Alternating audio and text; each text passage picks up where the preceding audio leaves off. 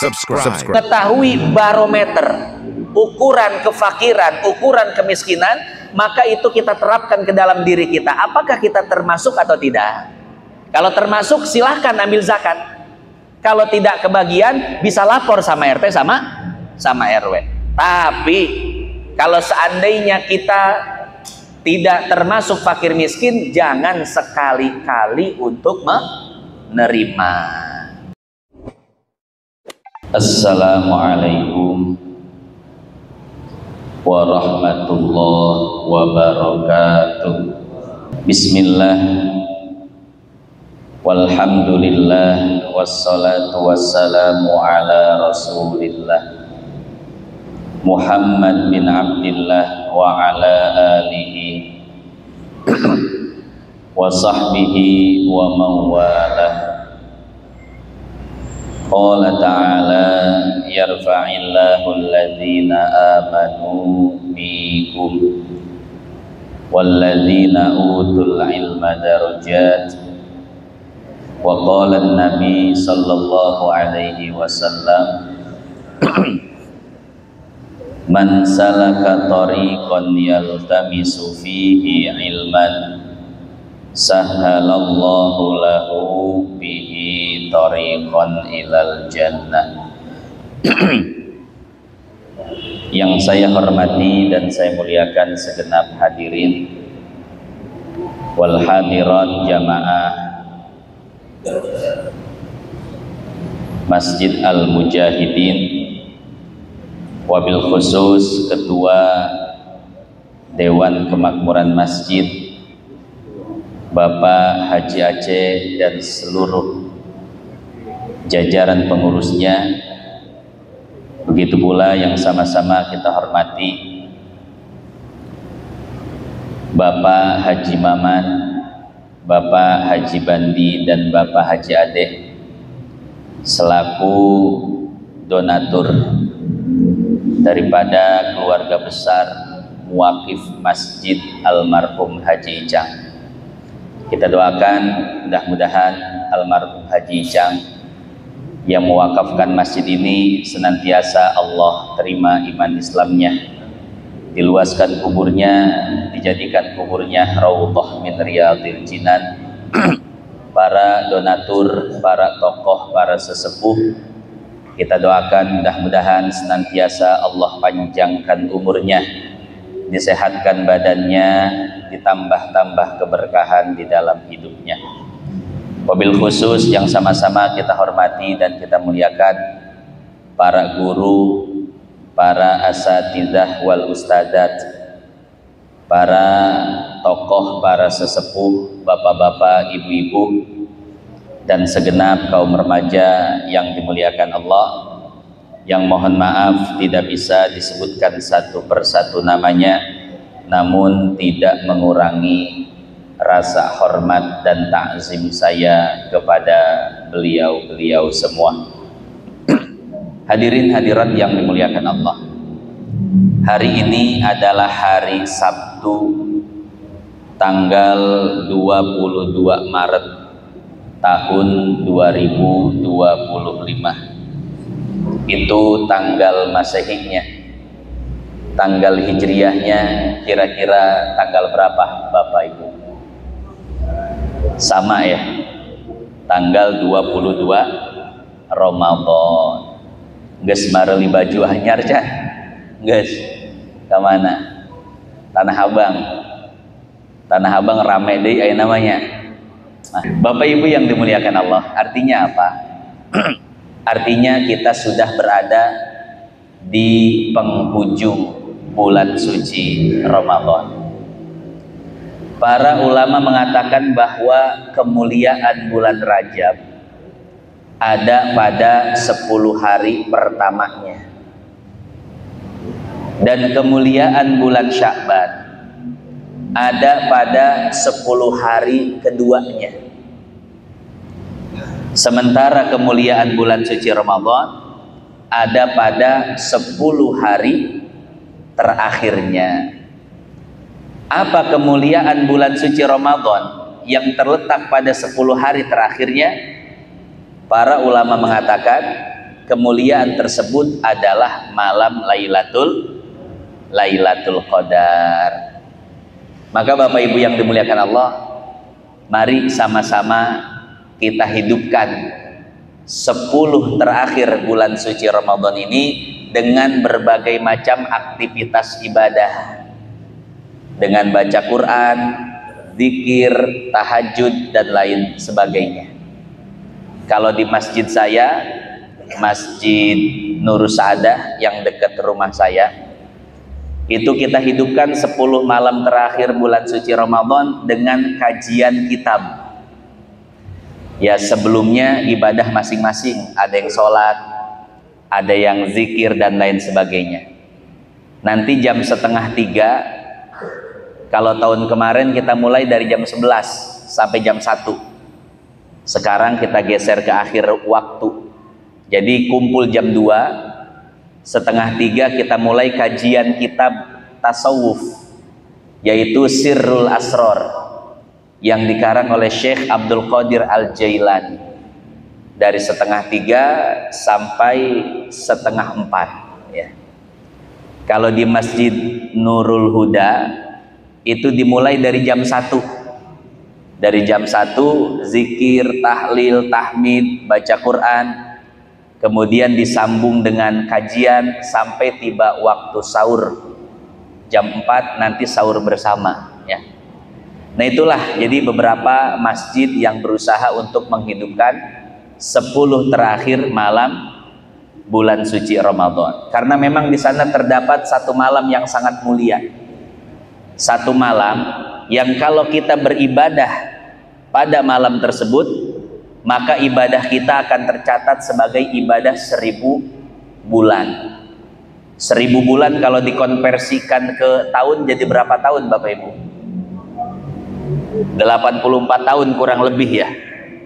Jadi cukup satu malam beribadah, maka Raqib Atid mencatat kita sebagai orang yang pernah beribadah kepada Allah selama 84 tahun. Coba ya tak, amun hitung-hitungan umur mah mual nepi ya Pak. Betulnya itu kalau satu Ramadan kita dapat satu Lailatul Qadar. Bagaimana kalau semasa hidup kita pernah mendapatkan 10 kali Lailatul Qadar? 84 tahun kali 10, 840 tahun Pak. Ini kan satu amal ibadah yang sangat luar biasa ya. Makanya Bapak Ibu kaum remaja sekalian, jangan kita sia-siakan malam Lailatul Qadar. Kita cari di 10 terakhir, terutama di malam-malam ganjil. Malam ini malam ke-23 ya. Malam Ahad, malam ke-23 Ramadan. Makanya usahakan jangan tidur. Atau boleh tidur sedikit. Nisfahu awin kus minhu qalila auzid alaihi warattil qur'ana tartila. Tidur sebentar, mungkin habis tarawih sejam 2 jam. Nanti jam 11 bangun, hidupkan malam tersebut sampai sahur dengan berbagai macam aktivitas ibadah. Hadirin jamaah yang dimuliakan Allah, akan tetapi yang akan kita bahas bukan tentang Lailatul Qadar. Pada kesempatan kali ini kita akan membahas tentang mustahik zakat, yaitu siapa saja orang yang berhak menerima zakat. Kenapa? Ini penting dibahas karena terkadang zakat yang diedarkan, disalurkan di kita salah sasaran. Contoh, para pengusaha, orang-orang kaya di bulan suci Ramadan banyak mengeluarkan zakat. Entah zakat fitrah atau zakat usahanya. Yang namanya orang kaya ketika menyalurkan zakat tentu mereka tidak turun tangan. Artinya nyuruh orang, nyuruh beberapa orang untuk menyebarkan zakat tersebut. Nah terkadang orang yang disuruh itu nggak mau repot. Akhirnya dia bagi-bagikan di satu kampung saja. Akhirnya yang punya kontrakan dapat, yang punya mobil dapat, yang tidak tergolong fakir miskin dapat. Artinya apa? Itu zakat yang salah sasaran. Zakat salah sasaran bahaya. Pertama, zakat tersebut tidak sah. Artinya orang yang mengeluarkan zakat seolah-olah dia belum mengeluarkan zakat, karena zakatnya salah sasaran, tidak sah. Yang kedua, orang yang menerima zakat tersebut padahal dia bukan mustahik zakat, maka berarti dia telah mengambil hak fakir miskin. Kalau masuk ke dalam perutnya, berarti dia telah memasukkan sesuatu yang haram. Masuk ke dalam perut istrinya, masuk ke dalam perut anaknya, berarti dia telah memberikan nafkah yang haram. Itu konsekuensinya. Zakat salah sasaran. Nah, pada kesempatan kali ini saya ingin menjelaskan tentang mustahik zakat. Artinya siapa saja orang yang berhak menerima zakat. Bagaimana kriteria mustahik zakat? Ini perlu kita ketahui. Agar pertama, orang yang berzakat dia tahu kepada siapa dia harus berzakat. Kemudian kita pun bisa mengukur diri apakah kita ini mustahik atau bukan. Nah, oleh karenanya atas dasar permasalahan-permasalahan tersebut menjadi penting. Pada kesempatan kali ini kita membahas tentang orang-orang yang berhak menerima zakat. Saya mulai dengan membaca surat At-Taubah ayat 60. Allah Subhanahu wa taala berfirman, "Innamas shadaqat lil fuqara'i wal masakini wal 'amilina 'alaiha wal mu'allafati qulubuhum wa fir riqabi wal gharimin wa fi sabilillahi wa ibnis sabil fariidatan minallah wallahu alimun hakim." Hadirin jamaah yang dimuliakan Allah, ketika tadi saya membaca ayat ini, saya tidak membaca ta'awudz, tidak membaca a'udzubillahi minasyaitonir rajim. Kenapa? Karena kata Imam Suyuti di dalam kitabnya Al-Hawi lil Fatawi, membaca ta'awudz itu disunnahkan bagi orang yang ingin duduk membaca Quran. Jadi bapak baca Quran, kemudian duduk, niatnya benar-benar ingin membaca, maka ketika itu baru disunahkan untuk membaca ta'awudz, a'udzubillahi minasyaitonir rajim, sesuai dengan firman Allah, fa idza qara'tal Qur'an fasta'id billahi minasyaitonir. Jadi membaca ta'awudz itu hanya ketika kita ingin benar-benar khusus membaca Al-Quran. Akan tetapi jika hanya sekedar mengutip ayat, kata Imam Suyuti tidak dianjurkan untuk membaca ta'awudz. Seperti tadi ketika pembukaan pengajian saya mengutip ayat, maka tidak sunnah baca ta'awudz. Atau misalkan khotib Jumat pasti mengutip ayat kan ya, tidak usah baca ta'awudz, karena mengutip ayat itu langsung saja disebutkan ayatnya, tidak dianjurkan, tidak disunnahkan untuk membaca ta'awudz. Begitu pula seperti sambutan-sambutan dalam sebuah acara dan lain sebagainya. Kata Imam Suyuti cukup mengatakan qalallahu ta'ala, Allah Subhanahu wa taala berfirman, langsung sebutkan ayatnya. Nah, surat At-Taubah ayat 60 ini menceritakan dan menjelaskan tentang para mustahik zakat, orang-orang yang berhak menerima zakat. Allah Subhanahu wa taala berfirman, "Innamas shadaqat." Innama lil hasri. Maka cara mengartikannya adalah sesungguhnya.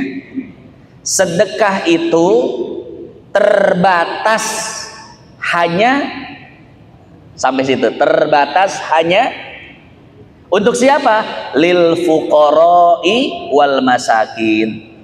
Jadi yang dimaksud sedekah di sini adalah zakat. Ya, baik zakat fitrah atau zakat mal. Ini yang akan kita laksanakan saat ini, zakat fitrah.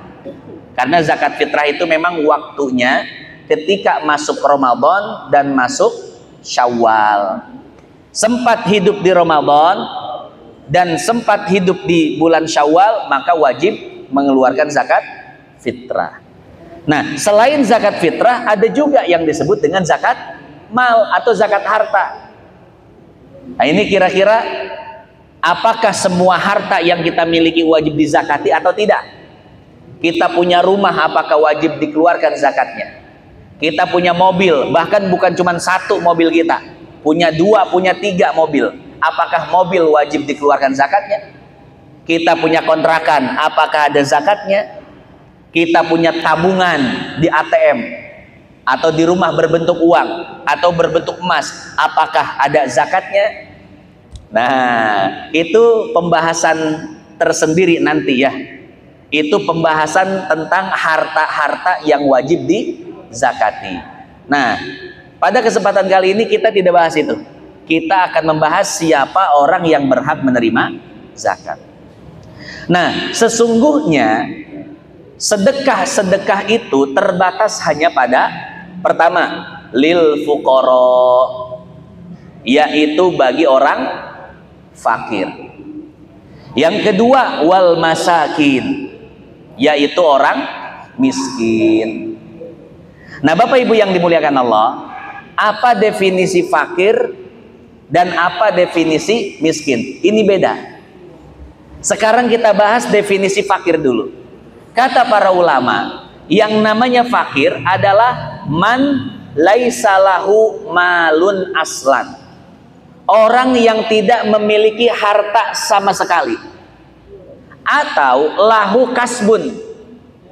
Dia punya pemasukan, tapi pemasukannya itu tidak sampai setengah dari kebutuhannya. Contoh, kebutuhan setiap bulan 3 juta. Untuk makan, air, listrik, biaya sekolah anak 3 juta 1 bulan. Itu kebutuhannya. Nah, tapi orang ini penghasilannya tidak sampai setengah dari kebutuhannya. Setengah 3 juta berapa? 1.500.000. Nah, penghasilan orang ini tidak sampai 1.500.000. Mungkin hanya 1 juta. 1,2, 1,3, mentok-mentok 1,4. Nah, orang yang penghasilan bulanannya tidak sampai setengah kebutuhannya, maka dia tergolong orang yang fakir. Itu definisi pertama ya, yaitu tentang orang fakir. Jadi orang fakir itu adalah orang yang penghasilan bulanannya tidak sampai setengah dari kebutuhannya. Beda sama miskin, kata para ulama. Kata para ulama, kondisi miskin ini lebih mending, lebih baik daripada kondisi fakir. Karena yang namanya orang miskin, kata para ulama, adalah orang yang memiliki penghasilan sudah mencapai setengah dari kebutuhannya, tapi tidak mencukupi semuanya. Kebutuhan setiap bulan 3 juta, akan tetapi penghasilannya hanya 1,5 ke atas. 2 juta, 2,6, 2,7, mentok-mentok 2,9. Ya. Nah, itu definisi miskin. Berarti yang namanya miskin lebih mending daripada fakir. Makanya saya tanya, mau pilih mana Pak? Fakir atau miskin? Entong dua-duana taat. Hayang mah beunghar taat, betul. Saha sih nu hayang Pak jadi fakir miskinnya. Semua kita ingin beunghar, ingin kaya. Kenapa? Orang kaya itu manfaat. Bisa menghidupi anak yatim, fakir miskin, jompo dan lain sebagainya. Makanya orang Islam itu harus kaya. Cuman kalau sudah kaya harus peduli sama yang miskin, yang fakir, anak yatim dan lain sebagainya. Nah, jadi seperti itu ya. Itu definisi fakir dan definisi miskin. Artinya apa? Artinya kalau kita termasuk daripada kategori ini, maka kita boleh menerima zakat. Tapi sebaliknya, kalau kita tidak termasuk dalam kategori ini, jangan sekali-kali menerima zakat.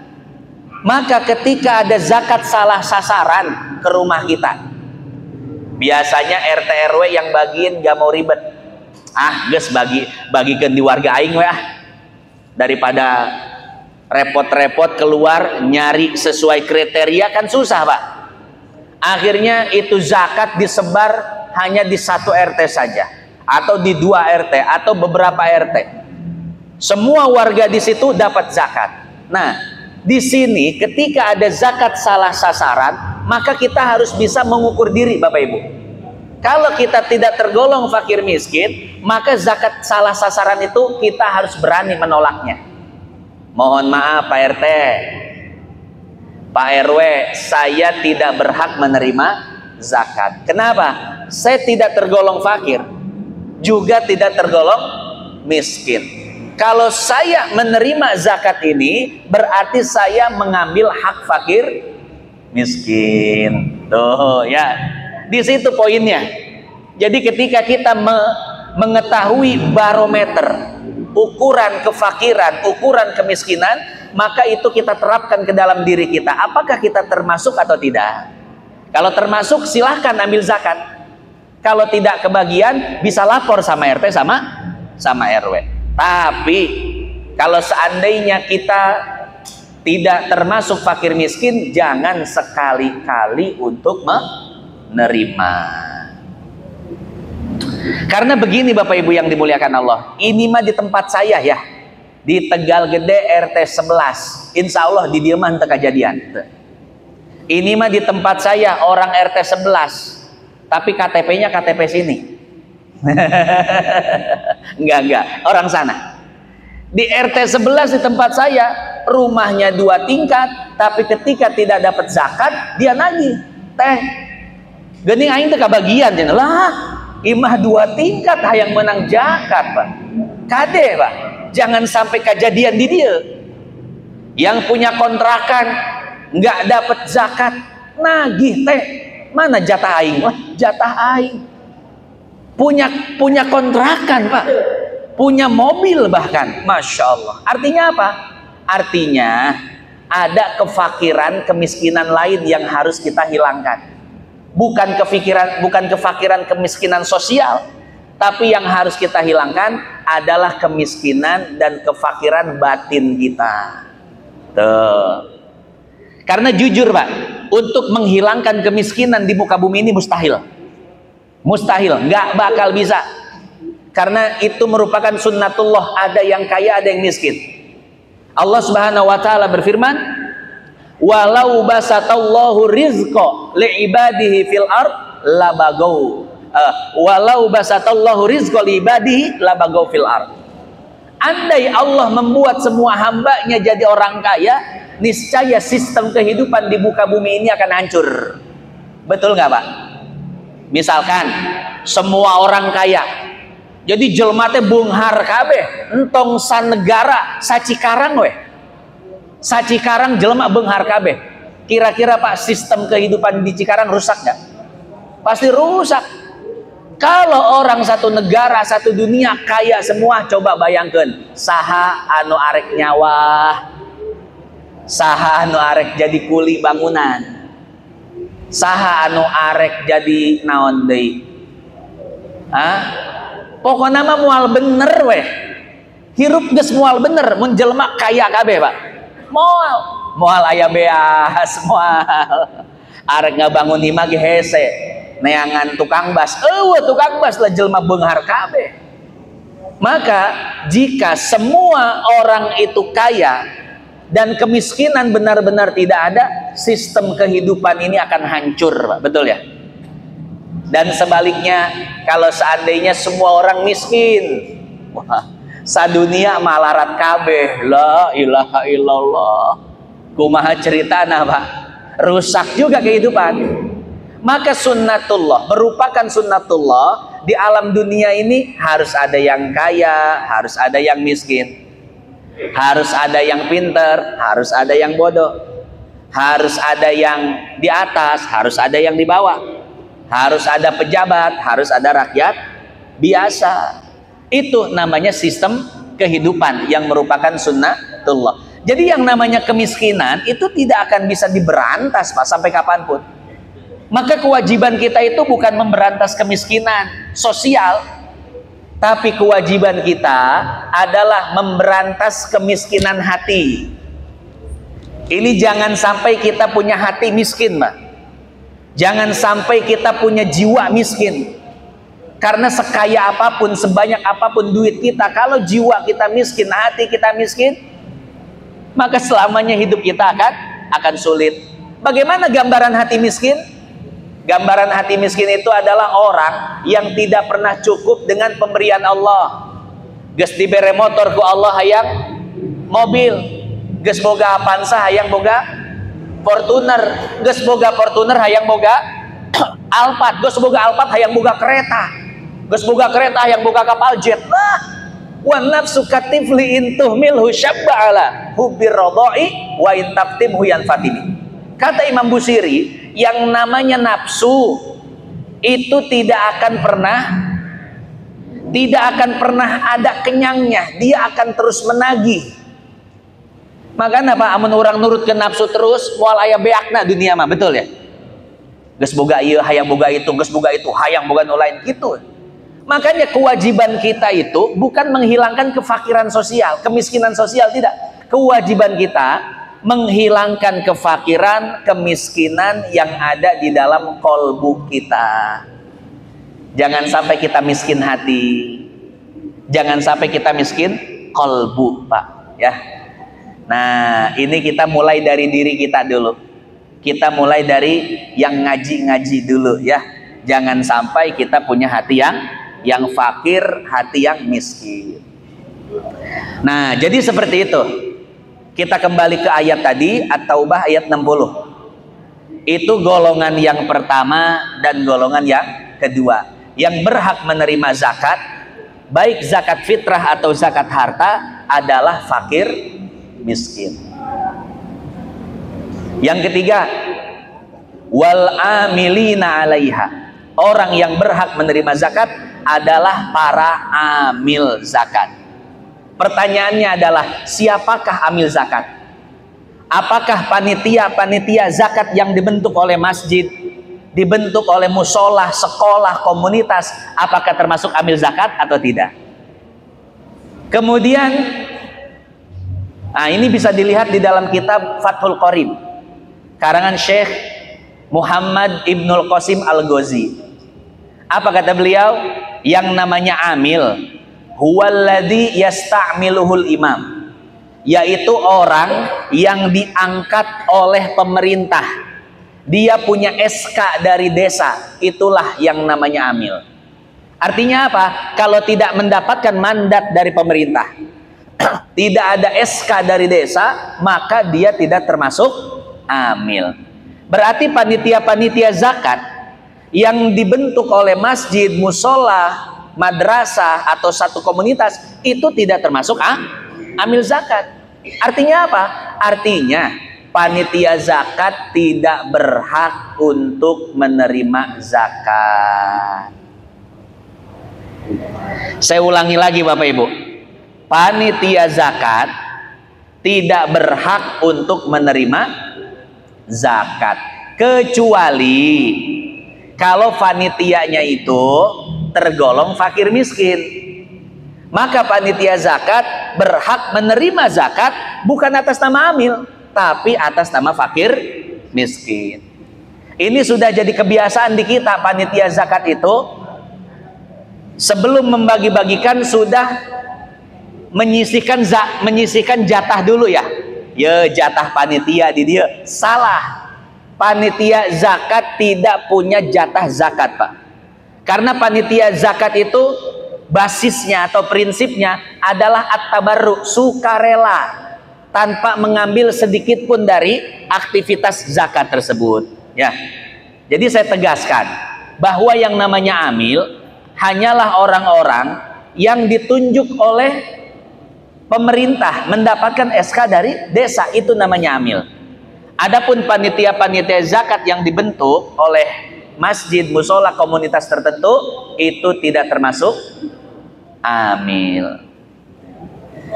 Ya, kalau dia dapat zakat maka atas nama fakir miskin. bukan atas nama amil. Nah, itu yang perlu kita garis bawahi ya, dan perlu kita benahi juga. Agar apa? Agar tadi zakat jangan sampai salah sasaran. Bahaya Bapak Ibu zakat salah sasaran ya, seperti tadi yang dijelaskan. Kemudian yang berikutnya, wal muallafati qulubuhum. Orang yang berhak mendapatkan zakat adalah para muallaf. Muallaf yang seperti apa? Muallaf yang masuk Islam dan niatnya masih lemah, keislamannya masih belum kuat, itulah muallaf yang berhak menerima zakat.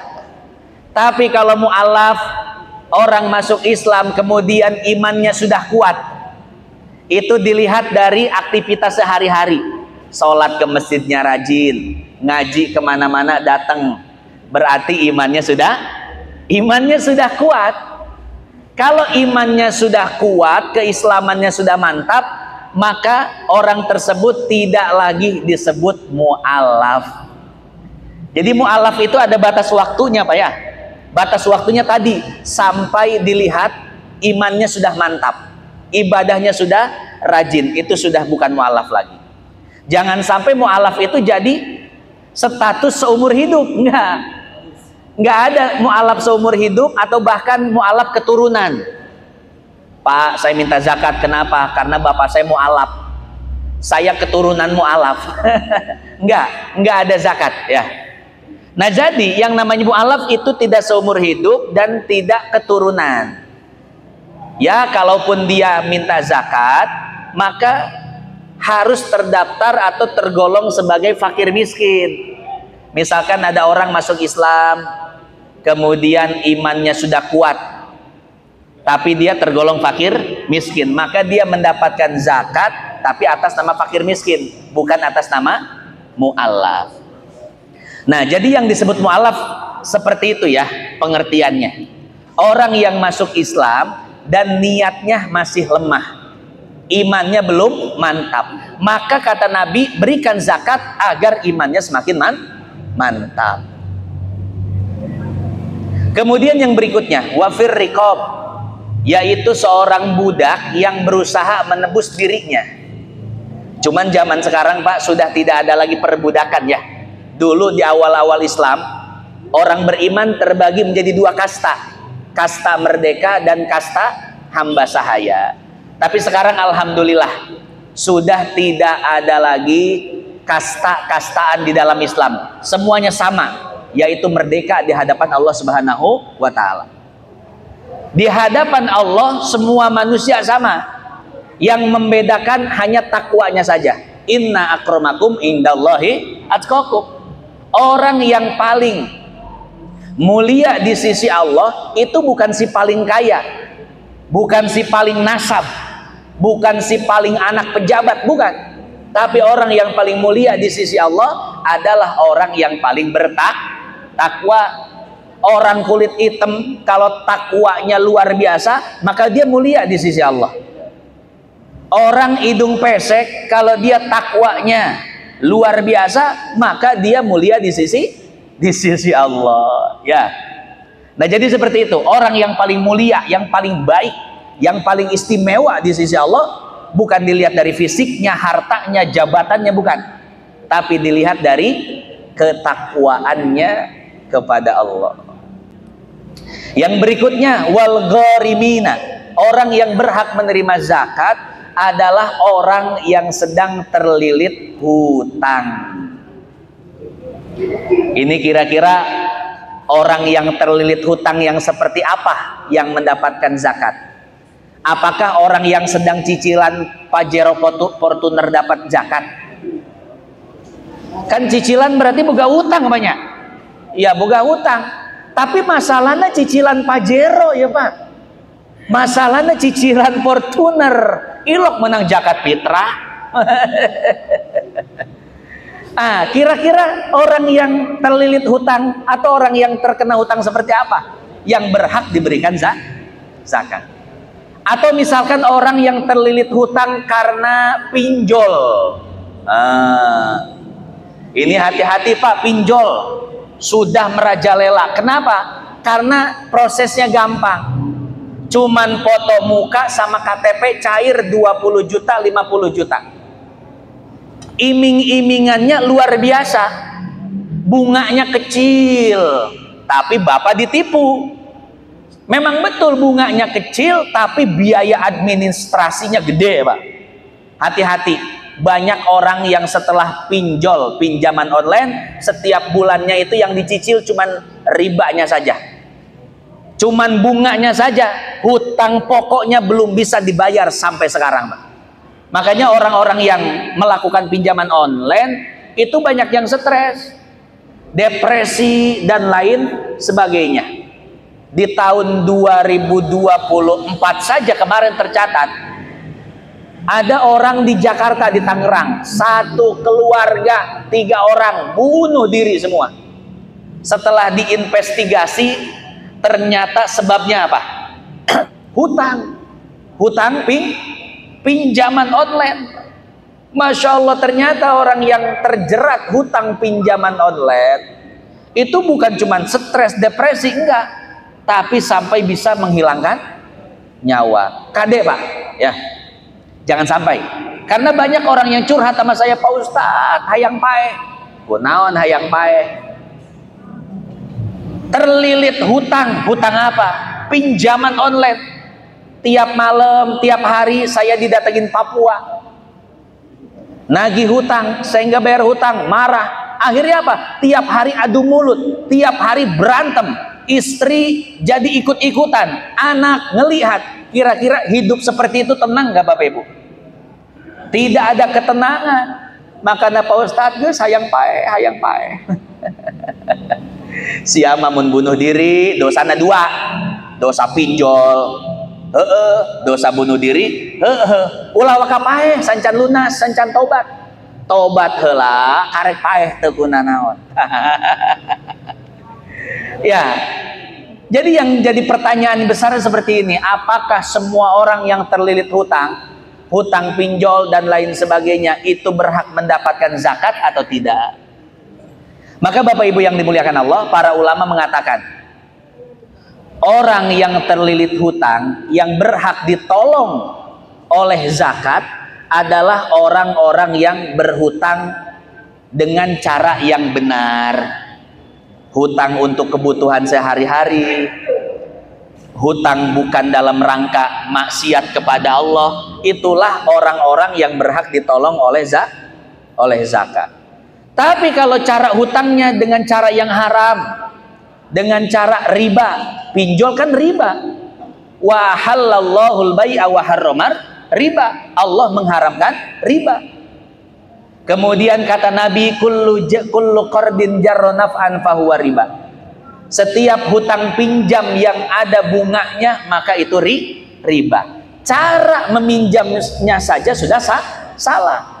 Maka ketika dia sudah salah, sudah melakukan yang haram dalam proses peminjamannya, maka orang tersebut tidak berhak ditolong dengan zakat. Cicingkeun we hajeut. Ameh jadi pelajaran ke manehna.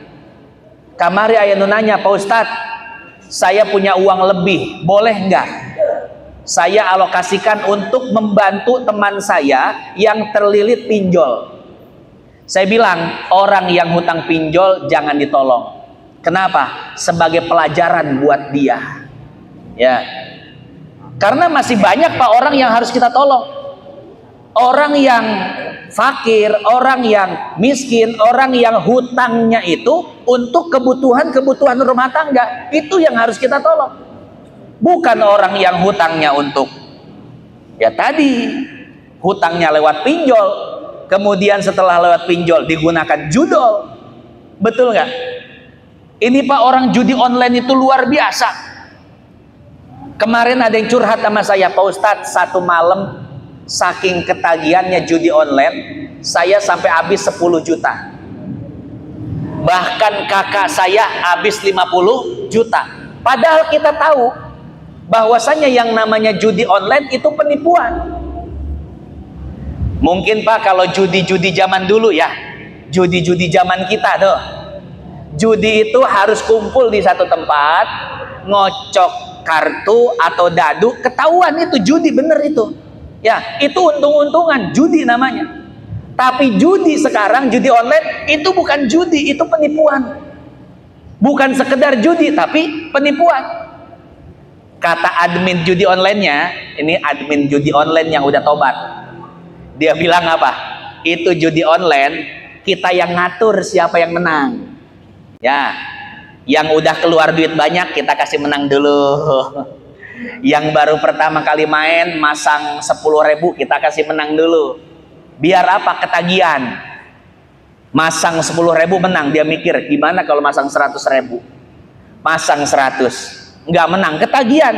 Masang 200 nggak menang, ketagihan. 500 ketagihan terus, Pak, sampai habis belasan juta bahkan puluhan juta. Bahkan beberapa temen yang bilang seperti ini, Pak Ustadz, sebetulnya kita tahu judi online itu penipuan, tapi ketagihan mah ketagihan, Pak. Walaupun sudah tahu itu penipuan, tapi karena sudah ketagihan jadi terus. Ya, makanya bahaya itu judi online. Sampai-sampai orang udah nggak punya duit lagi, akhirnya HP-nya dijual atau digadein ke temennya. Dia pinjaman online, kemudian pinjaman online itu digunakan untuk judi. Saking parahnya, Pak. Makanya hati-hati ya. Makanya orang yang terlilit hutang judi online, hutang pinjaman online itu tidak berhak untuk menerima zakat. Kemudian yang berikutnya wa fi sabilillah. Golongan yang berhak menerima zakat adalah sabilillah. Pertanyaannya, siapakah yang dimaksud fi sabilillah? Apakah para guru, para kiai termasuk fi sabilillah atau tidak? Kalau para guru, para kiai termasuk fi sabilillah, berarti boleh dapat zakat. Tapi kalau seandainya para guru, para kiai tidak termasuk fi sabilillah, maka tidak berhak menerima zakat. Nah, sekarang akan kita bahas apa yang dimaksud fi sabilillah. Imam Syafi'i menafsirkan fi sabilillah adalah al-ghuzah, yaitu para tentara yang tugasnya melindungi negara tapi tidak mendapatkan gaji dari negara. Jadi tentara-tentara tersebut berhak menerima zakat. Ini kalau tentara-tentara kita kira-kira dapat gaji nggak dari negara? Dapat. Jadi tentara kita, TNI, Angkatan Darat, Angkatan Laut, Angkatan Udara, itu tidak berhak menerima zakat. Kenapa? Karena mereka mendapatkan gaji dari negara. Karena tadi kata Imam Syafi'i, tentara-tentara yang masuk dalam fi sabilillah, yang berhak menerima zakat, itu hanya tentara-tentara yang tidak digaji oleh negara. Ini kalau hansip termasuk tentara nggak, Pak? Loh, tentara loh, orang melindungi keamanan desa ya. Ini hansip kalau nggak dapat gaji dari desa, Pak, berhak menerima zakat itu ya. Walaupun hansipnya ini tidak tergolong fakir, tidak tergolong miskin, tapi karena tergolong fi sabilillah, menjaga keamanan desa, keamanan kampung, tapi tidak mendapatkan gaji dari desa, maka berhak mendapatkan zakat. Nah, itu kata Imam Syafi'i. Jadi tafsiran fisabilillah itu terbatas hanya pada tentara-tentara saja. Berarti kata Imam Syafi'i, yang namanya ustadz, yang namanya kiai, yang namanya penceramah, guru ngaji, dan guru-guru yang lainnya itu tidak boleh tidak berhak mendapatkan zakat. Itu kata Imam Syafi'i. Beda kata Imam Malik. Apa kata Imam Malik?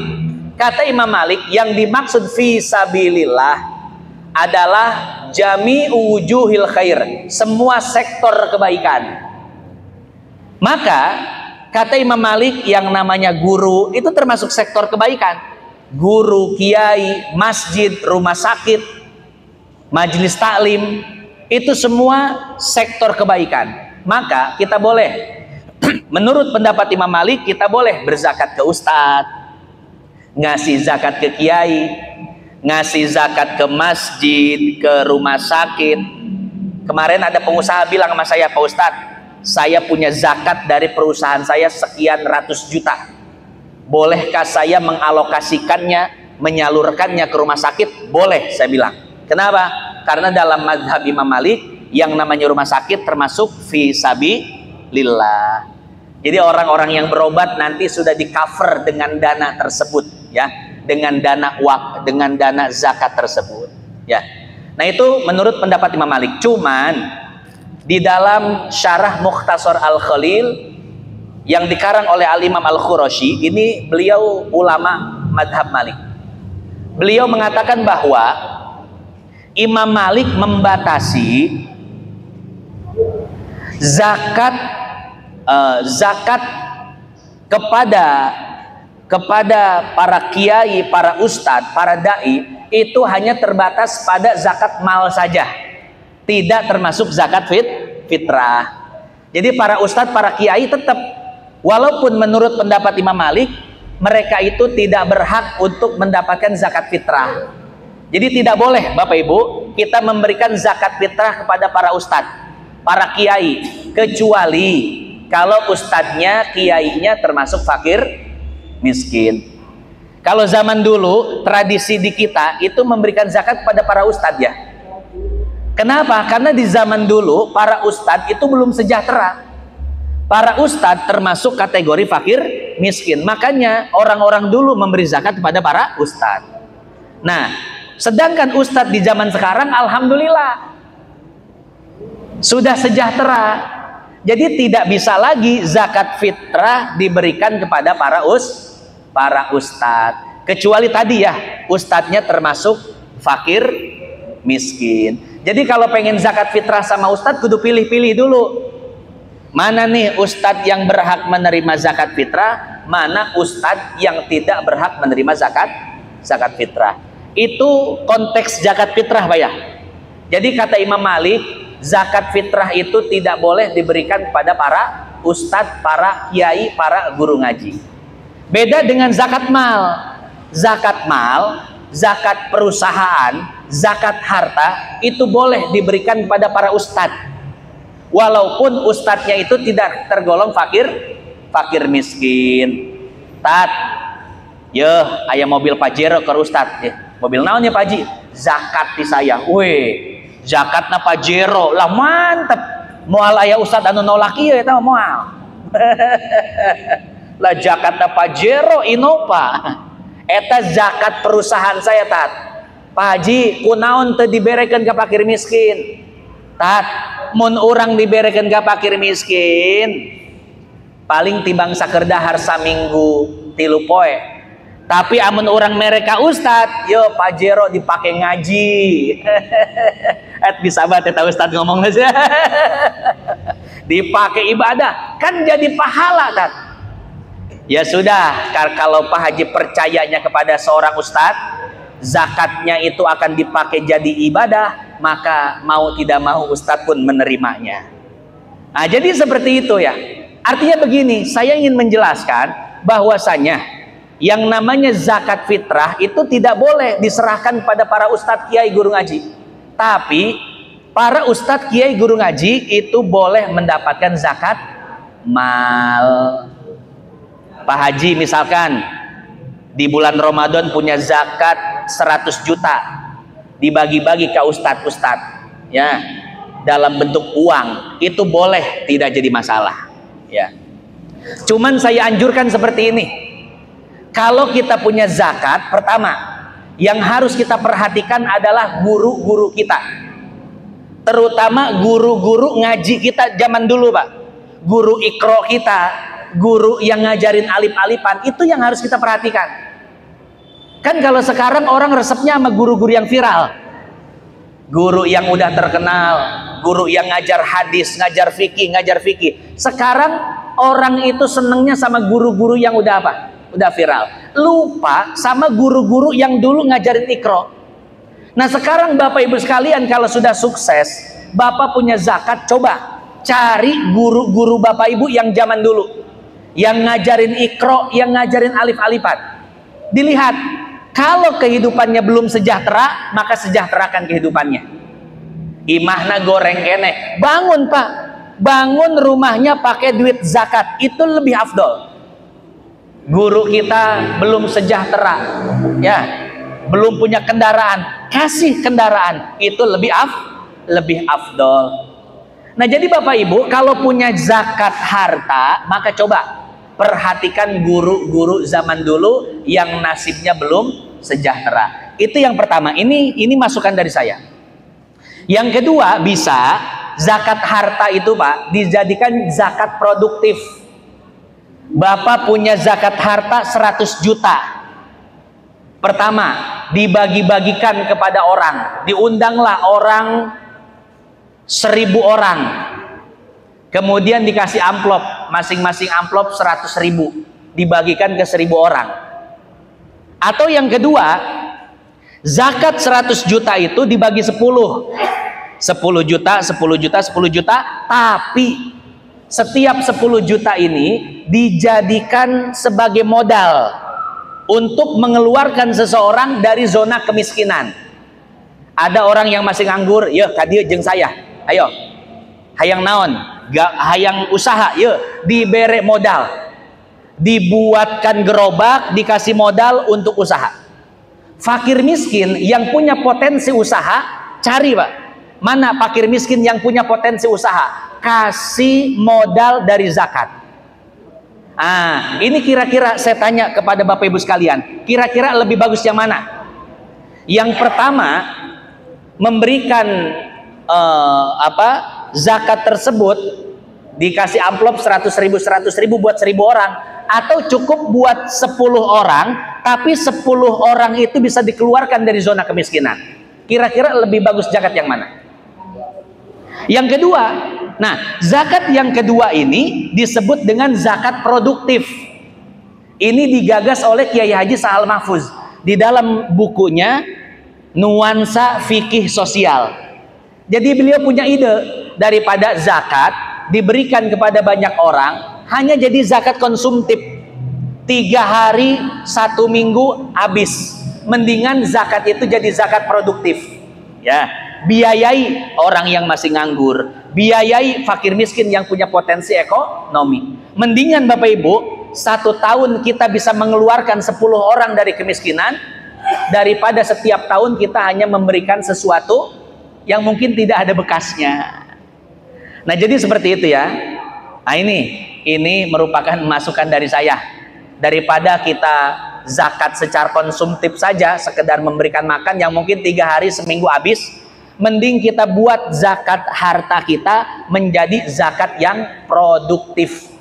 Zakat yang bisa mengeluarkan orang-orang miskin, mengeluarkan pengangguran dari zona-zona kemiskinan. Ini kalau 1 tahun saja bisa mengeluarkan seseorang dari zona kemiskinan, bayangin Pak, 2 tahun, 3 tahun, apalagi itu dilakukan oleh setiap orang yang berzakat. Oh, ini orang Cikarang kaya semua, sejahtera semua ini ya. Kurang lebih seperti itu. Karena memang itulah maksud daripada zakat, yaitu mengurangi kemiskinan, membantu ekonomi seseorang, bukan sekedar memberi makan. Yang terakhir, wabni sabil, orang yang sedang dalam perjalanan, faridotam minallah wallahu alimun hakim. Itu saja yang dapat saya sampaikan, yaitu terkait dengan mustahik zakat atau siapa saja yang berhak menerima zakat.